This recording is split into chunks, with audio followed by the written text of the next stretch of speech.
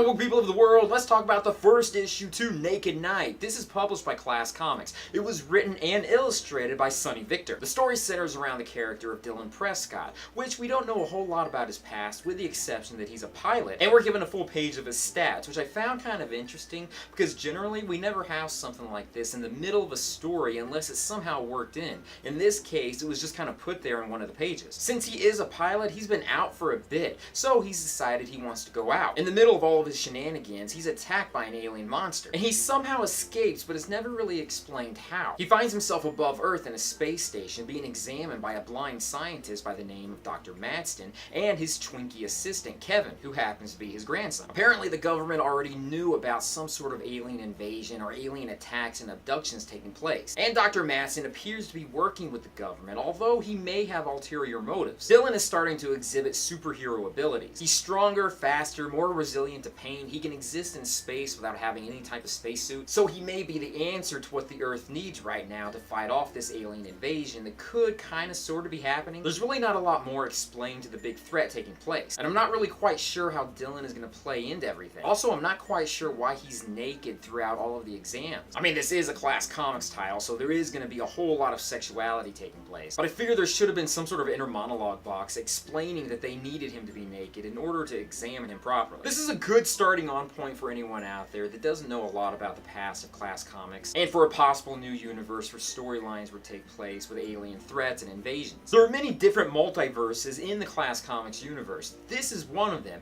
although I feel as though this one could probably fit in one of the superhero storylines, or at least that's my opinion. Sonny Victor is a great artist too. I've actually followed him for a bit, so I'm really happy that he's doing some more stuff, including with Class Comics. The pages are very vibrant and the colors do stand out. I don't have any major problems with this book, although there is one thing that I felt kind of off about. There's an actual date given as to when this took place, which I know that doesn't sound like an off thing, but generally only future dates are given, like something that takes place in the year 3000. However, if something takes place in present day, generally a lot of comic books don't like to give the present date, meaning that if it took place in 2017, or in this case in October of 2016, someone reading it in the future feels as though it's dated. Like a lot of comic books will make you feel as though whenever you're reading the comic book, it takes place in present day. But if you put in an actual year, such as 2017, and then you're reading it a few years in the future, you're going to feel as though it's dated a bit, and you're reading something from the past, which a lot of times comic books don't like to do stuff like that. I mean, I can't tell you how many times I've read different comic book series where a character has died and they showed their tombstone,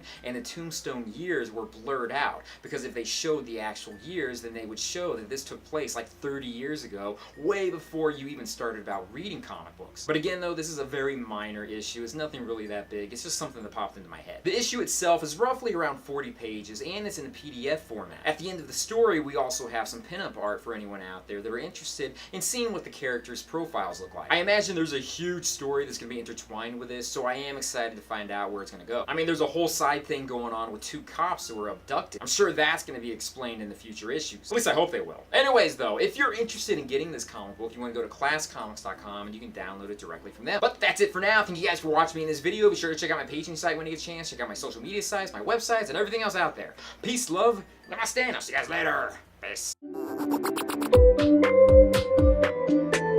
Oh my god, there has to be a crossover with Naked Knight meeting up with Naked Justice. I mean, damn, they have the same first names, and I figure their crossover is something that has to be done.